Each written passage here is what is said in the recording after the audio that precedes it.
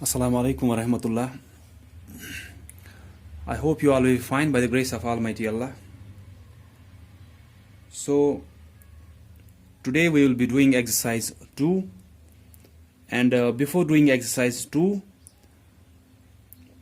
जिसमें कि मैंने आपको लास्ट लेक्चर में भी बोला था कि एक्सरसाइज 2 में हमें इक्विवेलेंट फ्रैक्शंस पे क्वेश्चंस दिए होंगे। तो जब मैंने आपको पहले इंट्रोडक्शन दिया था उसी दिन मैंने बोला था कि जो टाइप्स ऑफ फ्रैक्शंस होते हैं उनमें एक और है, दैट इज इक्विवेलेंट फ्रैक्शंस। और उस दिन मैंने लेकिन इंट्रोडक्शन में इक्विवेलेंट फ्रैक्शंस का नहीं बोला था कि ये होती क्या है या ये हम कैसे निकालते हैं। और उसी टाइम मैंने बोला था कि हम ये एक्सरसाइज 2 में जब हमें पूरी एक्सरसाइज ही इसी पे होगी तो उस टाइम हम ये ठीक से करेंगे। तो इक्विवेलेंट फ्रैक्शंस हम करेंगे आज।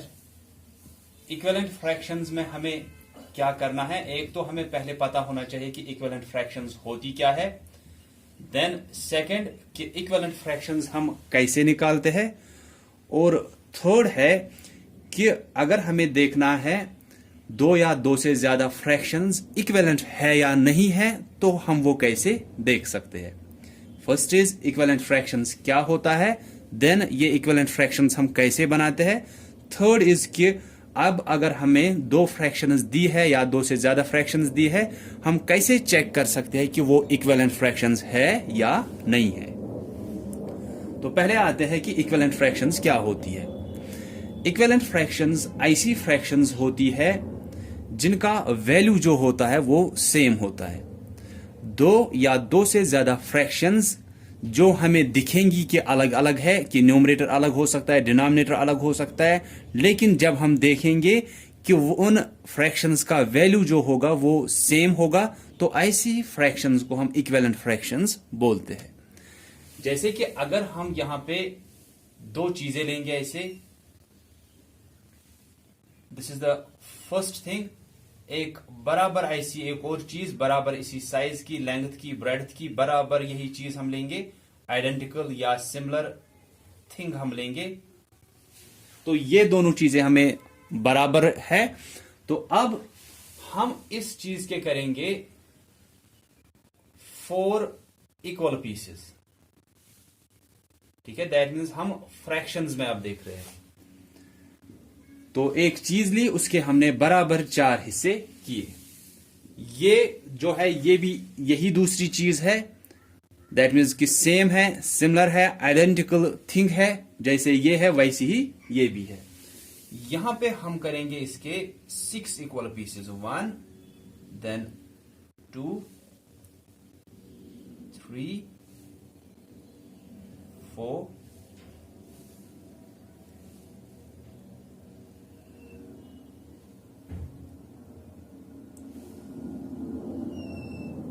5 एंड 6।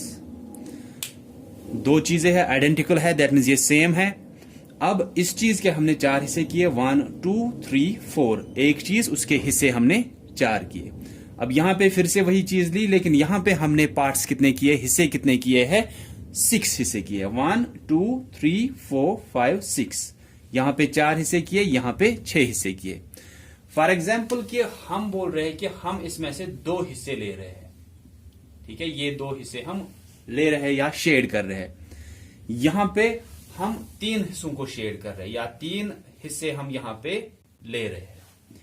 अब हम यहां पे भी इस शेडेड पोर्शन का फ्रैक्शन लिखेंगे, यहां पे भी शेडेड पोर्शन का फ्रैक्शन लिखेंगे, जो कि हमने पहली एक्सरसाइज में किया था। कितने हिस्से हैं टोटल, ये तो 4 हिस्से हैं। 4 में से 2 को शेड किया गया है या ये हमें मिले हैं, तो हम इसके लिए फ्रैक्शन क्या लिखेंगे, 2/4। कि 4 हिस्से है, 1 2 3 4, उसमें से 2 को शेड किया गया, 2/4 इस शेडेड पोर्शन का होगा। देन इसके बाद इसका देखेंगे, इसमें शेडेड पोर्शन का क्या फ्रैक्शन बनेगा। तो हम देखेंगे कि यहां पे शेड कितनों को है, 1 2 3 पार्ट्स को शेड है, अपॉन टोटल कितने हैं ये, 1 2 3 4 5 6। ठीक है, या मैं ऐसे समझाऊंगा कि हमने 2 आइडेंटिकल केक्स लिए। ठीक है, केक हम लेंगे कि हमने 2 केक लिए, एक केक के हमने 4 हिस्से किए उसमें से मानते हैं कि हमने या आपने 2 हिस्से उसमें से खाए। ठीक है, क्या किया कि एक केक लाया, उसके 4 हिस्से किए, 4 में से आपने 2 खाए। तो अगर कोई बोलेगा कि आपने कितनावा हिस्सा खाया इसका, या फ्रैक्शन में बोलो वो कितना खाया आपने, आप बोलोगे 2/4 खाया, कि 4 हिस्से इस केक के किए, उसमें से 2 हिस्से आपने खाए।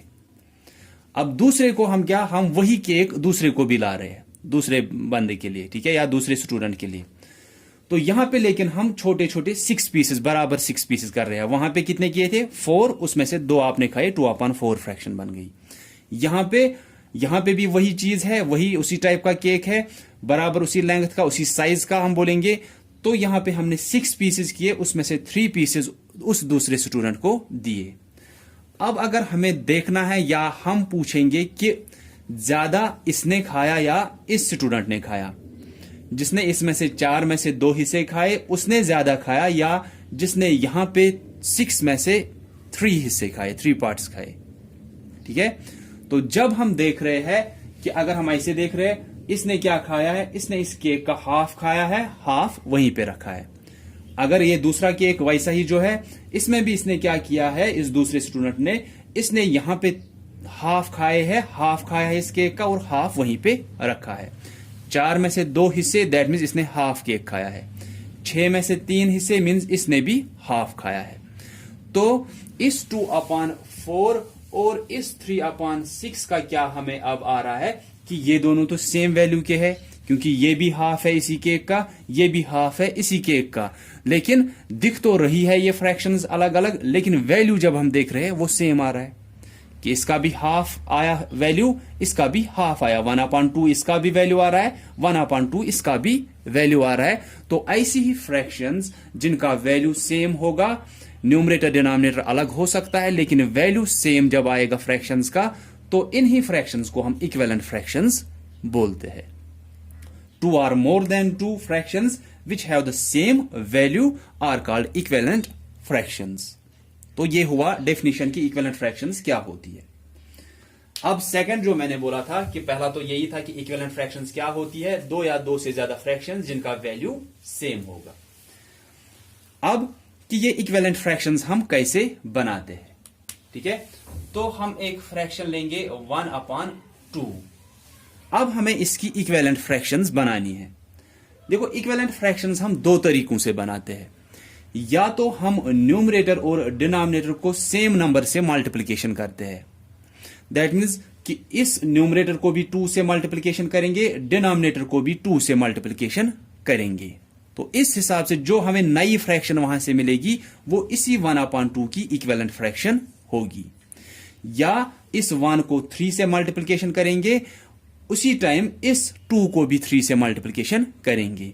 न्यूमरेटर और डिनोमिनेटर को जिसकी इक्विवेलेंट फ्रैक्शंस हमें फ्रैक्शन की बनानी है, इस फ्रैक्शन की हमें इक्विवेलेंट फ्रैक्शंस बनानी है, तो हम इसी के न्यूमरेटर और इसी के डिनोमिनेटर में सेम नंबर से मल्टीप्लिकेशन करेंगे। कि इसको अगर 2 से मल्टीप्लिकेशन करेंगे, इसको भी 2 से, इसको अगर 3 से, इसको भी 3 से, इसको अगर 4 से करेंगे, इसको भी 4 से करेंगे। जो वहां से वो सभी फ्रैक्शंस हमें मिलेंगी ना, कि जब भी हम एक फ्रैक्शन को न्यूमरेटर और डिनोमिनेटर को सेम नंबर से मल्टीप्लिकेशन करेंगे, जो भी हमें वहां से फ्रैक्शंस मिलेंगी, वही सभी फ्रैक्शंस इस 1/2 की इक्विवेलेंट फ्रैक्शंस होंगी, या वो आपस में भी इक्विवेलेंट फ्रैक्शंस ही होती है, क्योंकि उनका वैल्यू सेम ही होता है। तो अगर हमें 1/2 की, फॉर एग्जाम्पल मैं बोलूंगा कि 3 इक्विवेलेंट फ्रैक्शंस बनानी है, तो 1/2, 1/2, 1/2। पहले क्या करेंगे, पहली इक्विवेलेंट फ्रैक्शन कैसे बनती है, 1/2 को, इसको न्यूमरेटर को भी 2 मल्टीप्लिकेशन, डिनोमिनेटर को भी 2 मल्टीप्लिकेशन। देखेंगे क्या फ्रैक्शन बनेगी ये। न्यूमरेटर को न्यूमरेटर के साथ मल्टीप्लिकेशन, डिनोमिनेटर को डिनोमिनेटर के साथ। 2 मल्टीप्लाइड बाई 1 कितना हुआ, 2/2, 2s are 4। तो ये बन गई एक इक्विवेलेंट फ्रैक्शन किसकी, 1/2 की। अब फिर से 1/2 को लेंगे, अब हम न्यूमरेटर में 3 करेंगे मल्टीप्लिकेशन, डिनोमिनेटर में 3। 3 1 is 3/3, 2s are 6। ये बन गई एक और इक्विवेलेंट फ्रैक्शन। अब अगर एक और चाहिए, हम क्या करेंगे, न्यूमरेटर में भी 4 मल्टीप्लिकेशन, डिनोमिनेटर में भी 4 मल्टीप्लाई करेंगे। 4 1 is 4, 4 2s are 8, ये बन गई एक और इक्विवेलेंट फ्रैक्शन। अगर हमें 1/2 की फर्स्ट 3, या अगर हम सिंपल में बोलेंगे कि इसकी 3 इक्विवेलेंट फ्रैक्शंस हमें चाहिए, तो इसी 1/2 को बार बार हमें नए नए नंबर से मल्टीप्लिकेशन करना है। लेकिन न्यूमरेटर को जो हम मल्टीप्लिकेशन करेंगे वही डिनोमिनेटर में भी मल्टीप्लिकेशन करेंगे। ये नहीं कि हम न्यूमरेटर को 2 मल्टीप्लिकेशन करेंगे और इसको 3, नहीं, कि इसको 2 न्यूमरेटर को, डिनोमिनेटर को भी 2। अगर दूसरी चाहिए हमें, न्यूमरेटर को 3 मल्टीप्लिकेशन, डिनोमिनेटर को भी 3। अगर तीसरी चाहिए तो न्यूमरेटर को 4 से मल्टीप्लिकेशन, डिनोमिनेटर को भी 4 से। अगर एक और चाहिए फिर न्यूमरेटर को भी 5, डिनोमिनेटर को भी 5 से मल्टीप्लिकेशन करेंगे। तो जितनी हम चाहे हम उतनी ये जो इक्विवेलेंट फ्रैक्शंस होंगी बना सकते हैं, क्योंकि हम नए नए किसी भी नंबर से न्यूमरेटर और डिनोमिनेटर को मल्टीप्लिकेशन कर सकते हैं। कि 1/2 को 4 से भी, 5 से, 6 से, 7 से, 8 से, 9 से, 10 से, किसी भी नंबर से हम मल्टीप्लिकेशन कर सकते हैं, लेकिन सेम नंबर से न्यूमरेटर को भी और सेम नंबर, उसी नंबर से डिनोमिनेटर को भी मल्टीप्लिकेशन करना है। तो जो ये इक्विवेलेंट फ्रैक्शंस होती है, ये 2 तरीकों से हम बना सकते हैं। एक तो ये तरीका हुआ कि सेम नंबर हम मल्टीप्लाई करेंगे न्यूमरेटर में भी और डिनोमिनेटर में भी, ये तो हुआ मल्टीप्लिकेशन से, ठीक है। लेकिन इसमें दूसरा तरीका भी होता है कि इक्विवेलेंट फ्रैक्शंस हम बना सकते हैं डिवीजन से भी। मैं यहां पे दिखाऊंगा इस साइड में डिवीजन का। तो इक्विवेलेंट फ्रैक्शंस हम डिवीजन से भी बना सकते हैं, लेकिन डिवीजन में हमें ध्यान रखना है। देखो डिवीजन में क्या करना है, न्यूमरेटर को जिस नंबर से, यहां पे क्या किया था मल्टीप्लिकेशन में, कि जिस नंबर से न्यूमरेटर को मल्टीपल किया था उसी नंबर से डिनोमिनेटर को भी। यहां पे भी वही किया कि 3 से किया न्यूमरेटर को, 3 से किया डिनोमिनेटर को, 4 से किया न्यूमरेटर को, 4 से किया डिनोमिनेटर को। तो सेम नंबर से मल्टीप्लिकेशन हम कर रहे हैं। वही हमें यहां पे भी करना है कि न्यूमरेटर और डिनोमिनेटर को सेम नंबर से डिवाइड करना है। ये मल्टीप्लिकेशन का है, न्यूमरेटर और डिनोमिनेटर को सेम नंबर से मल्टीप्लिकेशन कर सकते हैं। दूसरा तरीका होता है इक्विवेलेंट फ्रैक्शंस बनाने के लिए कि न्यूमरेटर और डिनोमिनेटर को सेम नंबर से डिवीजन करना है। तो जैसे हम इनमें से कोई भी अगर इक्विवेलेंट फ्रैक्शन लेंगे, फॉर एग्जांपल 3/6 लेंगे। अब यहां पे देखो ध्यान क्या रखना है हमें, हम ये नहीं कर सकते हैं कि किसी भी नंबर से, फॉर एग्जांपल हम शायद करेंगे कि चलो सेम नंबर से तो मल्टीपल डिवीजन करना है, चलो हम 2 से इसको भी करेंगे, 2 से इसको भी। नहीं, वैसा नहीं करना है। क्यों नहीं करना है? क्योंकि इसको तो 2 से बराबर डिवीजन नहीं होगा ना 3 को। तो इसलिए हमें क्या करना है, डिवीजन के टाइम पे जब हम इक्विवेलेंट फ्रैक्शंस डिवीजन से बना रहे हैं, उस टाइम सिर्फ एक चीज का ध्यान रखना है, हमें देखना है किस सेम नंबर से इस न्यूमरेटर और डिनोमिनेटर को डिवाइड होगा। कौन सा ऐसा नंबर होगा जिससे इस न्यूमरेटर को भी बराबर डिवाइड होगा, डिनोमिनेटर को भी बराबर डिवाइड होगा। जैसे कि हमें पता है कि 3 ऐसा एक नंबर है जिससे इस 3 को भी बराबर डिवाइड होगा और 6 को भी बराबर डिवाइड होगा। नहीं तो इसको तो 2 से होता है बराबर डिवाइड, लेकिन इसको तो 2 से नहीं होगा ना, फिर हम नहीं कर सकते। इसलिए हम क्या करेंगे कि इसको भी 3 से डिवाइड करेंगे, न्यूमरेटर को, डिनोमिनेटर को भी 3 से, क्योंकि दोनों को 3 से डिवीजन हो रहा है बराबर। 3 डिवाइडेड बाई 3 अगर आप साइड में फिर करोगे, जो क्वोशंट आएगा वो 1 आएगा, वो लिखना है। 6 को डिवाइड करना है 3 से, तो क्वोशंट आएगा 2। तो ये इक्विवेलेंट फ्रैक्शन किसकी हुई? 3/6 की। 3/6 किसकी इक्विवेलेंट फ्रैक्शन थी? 1/2 की। वैसे ही 3/6 का इक्विवेलेंट फ्रैक्शन कौन होगा? 1/2, क्योंकि ये सभी जो है ना, और 1/2 ये सभी आपस में इक्विवेलेंट फ्रैक्शंस होती है। जो इसका वैल्यू है वही इसका है, वही इसका है, वही इसका है। चाहे हम ये बोले कि ये इसकी इक्विवेलेंट फ्रैक्शन है या ये इसकी इक्विवेलेंट फ्रैक्शन है, वो सेम होता है। ठीक है, जब एक फ्रैक्शन दूसरे की इक्विवेलेंट फ्रैक्शन है, दैट मींस उनका वैल्यू सेम है। हम ये भी बोल सकते हैं कि ये दूसरी इसकी इक्विवेलेंट फ्रैक्शन है या ये पहली इस दूसरे की इक्विवेलेंट फ्रैक्शन है। ठीक है, तो अब अगर हम 4/8 लेंगे फॉर एग्जाम्पल, हमें क्या करना है? डिवीजन से इक्विवेलेंट फ्रैक्शंस बनाने हैं। हम देखेंगे किस सेम नंबर से इस न्यूमरेटर को भी डिवाइड होगा, डिनोमिनेटर को भी। देखो यहां पे 2 हम बना सकते हैं। हम 2 से कर सकते हैं न्यूमरेटर को भी, हम 2 से कर सकते हैं डिनोमिनेटर को भी, क्योंकि 4 को भी 2 से बराबर डिवाइड होगा, 8 को भी 2 से बराबर डिवाइड होगा। 4 को 2 से डिवाइड करेंगे तो क्वोशंट आएगा 2, वो लिखेंगे। 8 को जब 2 से डिवीजन करेंगे तो उस टाइम जो क्वोशंट आएगा दैट इज 8। ठीक है, तो 2 4 आएगा, 2/4। तो 2/4 जो है ये भी एक इक्विवेलेंट फ्रैक्शन है 4/8 की। तो जैसे कि मैंने पहले ही बोला 1/2, 2/4, 3/6, 4/8 ये सभी आपस में इक्विवेलेंट फ्रैक्शंस होंगी। देखो 4/8 किसका इक्विवेलेंट फ्रैक्शन आया था? 1/2 का। यहां से हमें पहले से ही पता था कि 1/2 की ये भी इक्विवेलेंट फ्रैक्शन है। जो वैल्यू इसका है वही इसका भी है। यहां से पहले ही निकाला, जो वैल्यू इसका है वो तो इसका भी है। दैट मीन्स इसका वैल्यू, इसका वैल्यू या इसका वैल्यू या इसका वैल्यू, इन सभी का वैल्यू सेम ही होगा। ठीक है।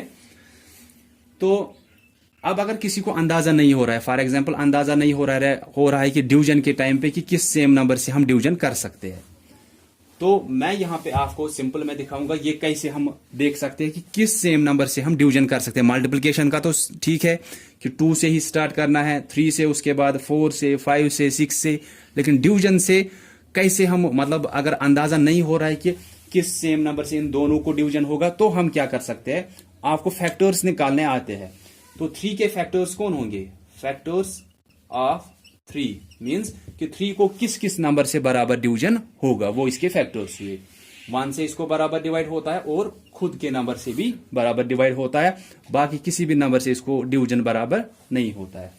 वैसे ही फैक्टर्स ऑफ 6, किस किस नंबर से 6 को बराबर डिवाइड होता है? 1, 2, 3, 6। अब देखो आप कॉमन फैक्टर्स कौन से है।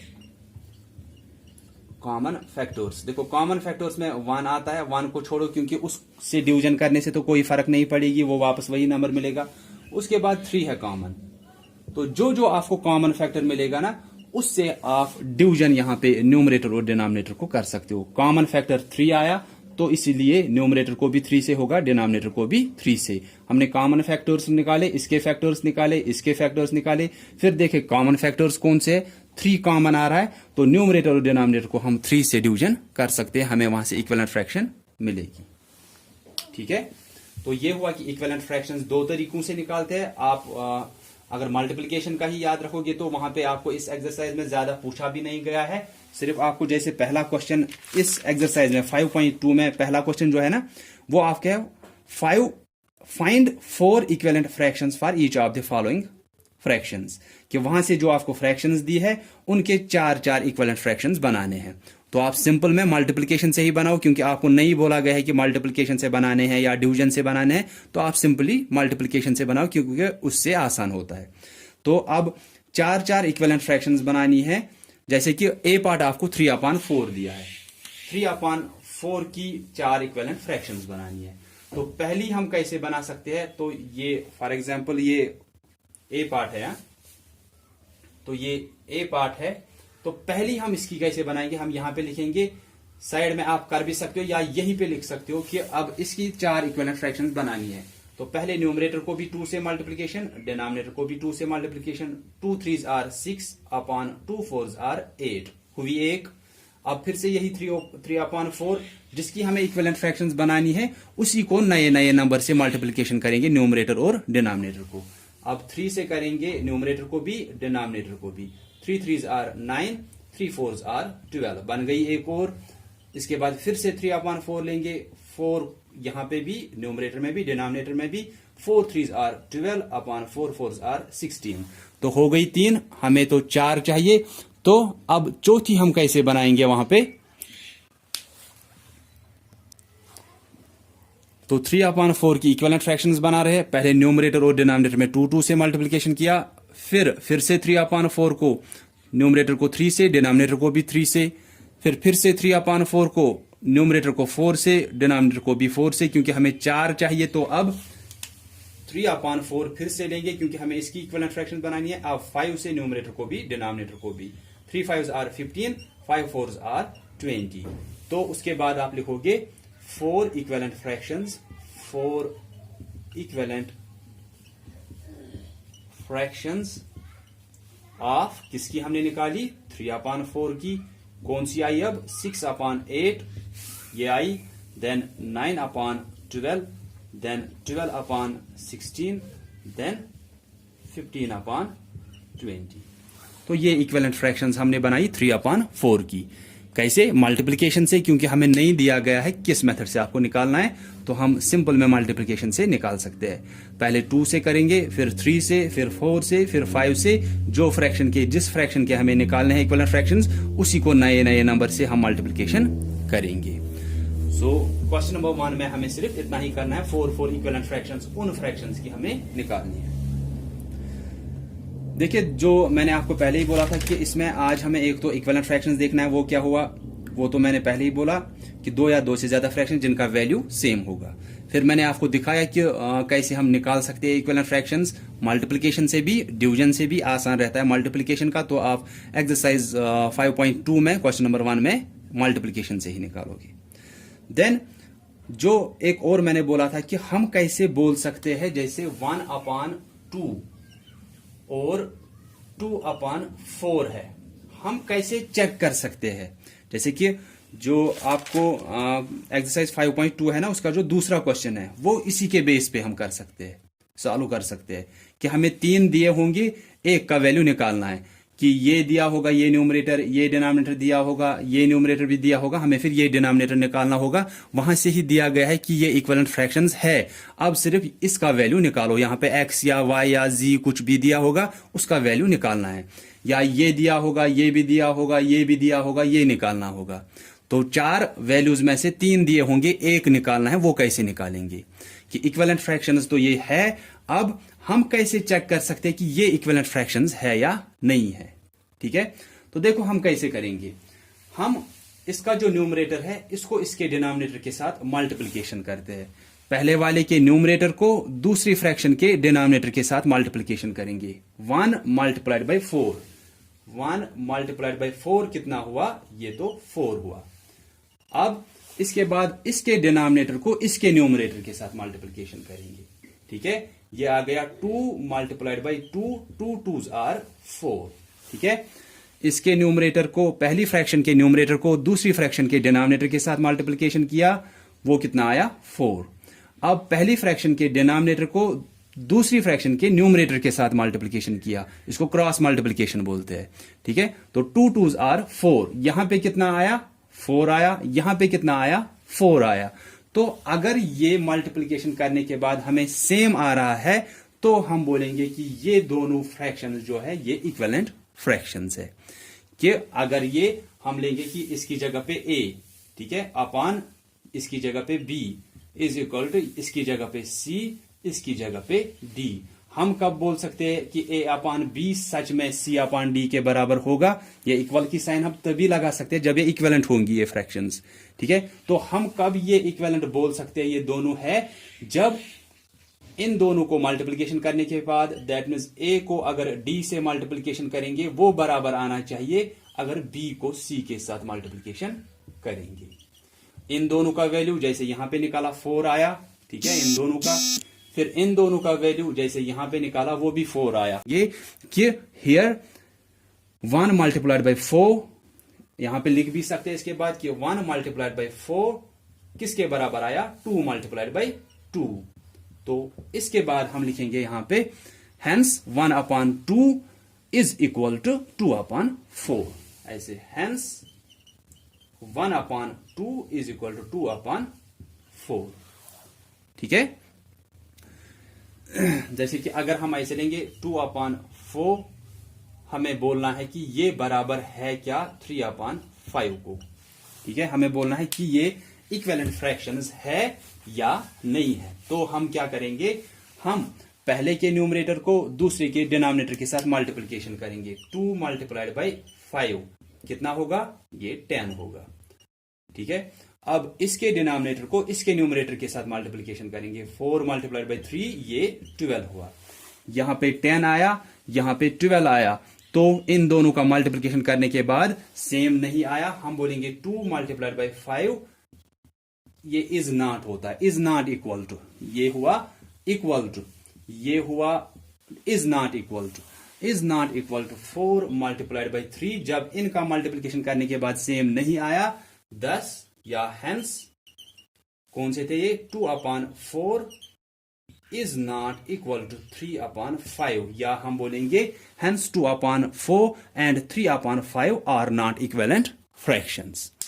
तो अब मैं जल्दी जल्दी से दिखाऊंगा कि उस क्वेश्चन में हम कैसे कर सकते हैं। जो क्वेश्चन नंबर 2 है ना आपको इस एक्सरसाइज का 5.2 का, कि find the value of x in each of the equivalent fractions. हमें वहीं से बोला गया है कि ये इक्विवेलेंट फ्रैक्शंस है। अब हमें 3 वैल्यू दिए होंगे, एक निकालना है। जैसे ए पार्ट इसमें दिया है 3/2 इज इक्वल टू 27/x।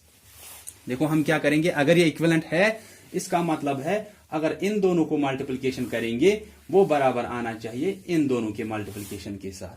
ठीक है, तो 3 multiplied by x, 3 multiplied by x किसके बराबर आना चाहिए, बराबर आना चाहिए 2 मल्टीप्लाइड बाई 27। इन दोनों को क्रॉस मल्टीप्लिकेशन इसको बोलते हैं कि इसको और इसको अगर मल्टीप्लिकेशन करेंगे वो बराबर आना चाहिए, यहां पे इक्वल की साइन डालेंगे इन दोनों के मल्टीप्लिकेशन के बराबर। ठीक है, अब ये 3/x फिलहाल यहीं पे रखेंगे, इन दोनों को अगर मल्टीप्लिकेशन करेंगे ये 54 आएगा। इसके बाद देखो आपने ये पढ़ा होगा कि अब हमें वैल्यू किसका चाहिए, अब हमें x का वैल्यू चाहिए। x के साथ क्या है, x के साथ 3 है। अगर ये 3 यहां से एडिशन की साइन में होता तो ये दूसरे साइड से अब हमें ट्रांसफर करना है, क्योंकि हमें वैल्यू इस x का चाहिए। तो ये 3 तो हमें उस साइड किसी तरीके से ट्रांसफर करना है, हम बोलेंगे। तो जब हमें एक नंबर को एक साइड से दूसरे साइड में ट्रांसफर करना होता है, यहां पे इक्वल की साइन है, दैट मीन्स ये एक साइड है, ये दूसरा साइड है। यहां से अब इसको ट्रांसफर करना है इस साइड। देखो आपने पढ़ा होगा कि अगर ये यहां से पॉजिटिव या हम बोलेंगे एडिशन की साइन के साथ होता, कि इन दोनों को एडिशन करना होता, फिर ये जो इसकी साइन होती अगर ये एडिशन में होता, ये यहां सब्ट्रैक्शन की शक्ल में चला जाता, 54 माइनस ऐसे लिखते। अगर ये होता ना कि x प्लस 3, तो ये 3 वहां 54 माइनस 3 लिखते हैं हम। ठीक है, अगर ये यहां से माइनस की शक्ल में होता, ये यहां प्लस की शक्ल में ट्रांसफर हो जाता दूसरे साइड। अगर यहां से ये मल्टीप्लिकेशन की शक्ल में है, ये यहां इसको डिवाइड की शक्ल में जाएगा।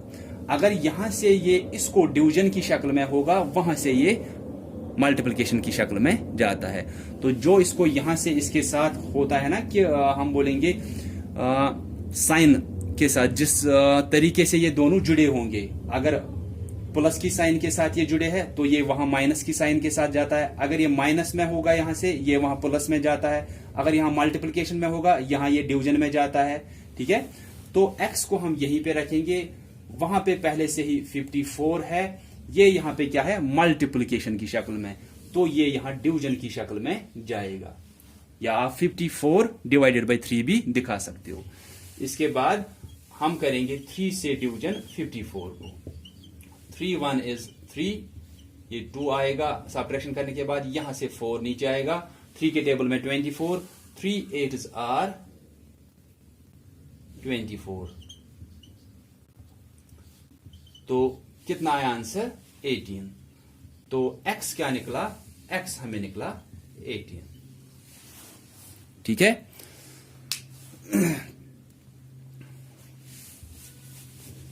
यहां पे मैं एक और पार्ट दिखाऊंगा ताकि आपका ये क्लियर हो जाएगा। मैं इसका नहीं दिखाऊंगा बुक का, मैं सीधे आपको एक सिंपल मैं एक पार्ट दिखाऊंगा कि अगर हमें 1/2 इज इक्वल टू 2/x है इसे। अब हमें x फिर से निकालना है, जैसे मैंने अभी बोला कि इसको इसके साथ मल्टीप्लिकेशन करेंगे, 1 मल्टीप्लाइड बाई एक्स किसके बराबर आना चाहिए, 2 मल्टीप्लाइड बाई 2 के बराबर। ठीक है, यहां से आपको आसानी में समझ में आएगा। 1/2 इज इक्वल टू 2/x, पहले से ये इक्वलेंट फ्रैक्शंस है, क्योंकि इक्वल की साइन बीच में है तो ये इक्वलेंट फ्रैक्शंस है। अब हमें x ढूंढना है। अगर ये इक्विवेलेंट है, दैट मीन्स इस न्यूमरेटर को अगर इस डिनोमिनेटर के साथ मल्टीप्लिकेशन करेंगे वो बराबर आना चाहिए इस डिनोमिनेटर को इस न्यूमरेटर के साथ मल्टीप्लिकेशन करेंगे। तो 1 मल्टीप्लाइड बाय x कितना हुआ, 2 2s आर, यहां से 4 हुआ। अब इस 1 को वहां ट्रांसफर करना है, ये मल्टीप्लिकेशन में है, यहां से ये वहां डिवीजन की शक्ल में जाएगा। और 4/1 किसी भी नंबर को अगर 1 होता है डिनोमिनेटर, हम वापस वही नंबर लिखते हैं, 4 लिखेंगे।